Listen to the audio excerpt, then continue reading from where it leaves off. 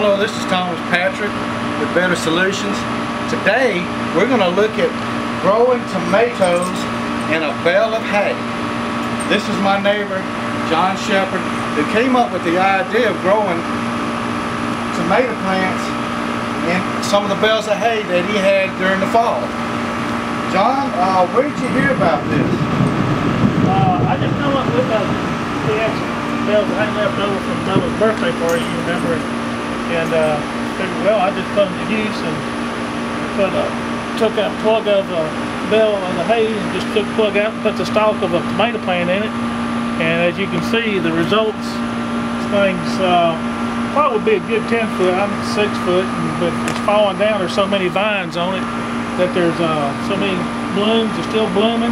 We got several tomatoes off of it, probably about 100 already, but we've got only one plant. This is only one plant and one tomato plant in a bale of hay.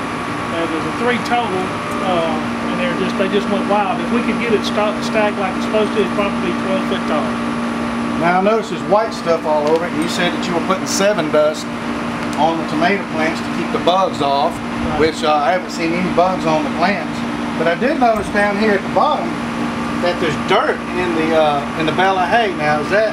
That's the dirt that the tomato plant was actually in when we planted it.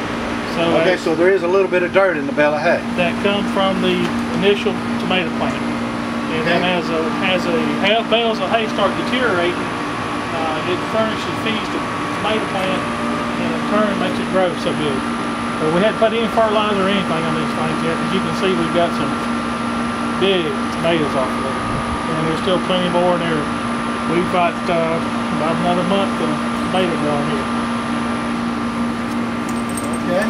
Well, it looks like I've counted about 65 tomatoes on this plant. And you can see, if you get a close-up shot in here, of how many tomatoes are really in this plant.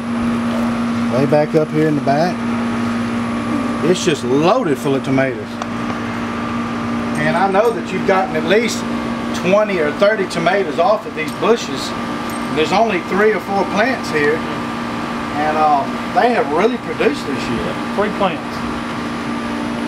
3 plants is all it's taking.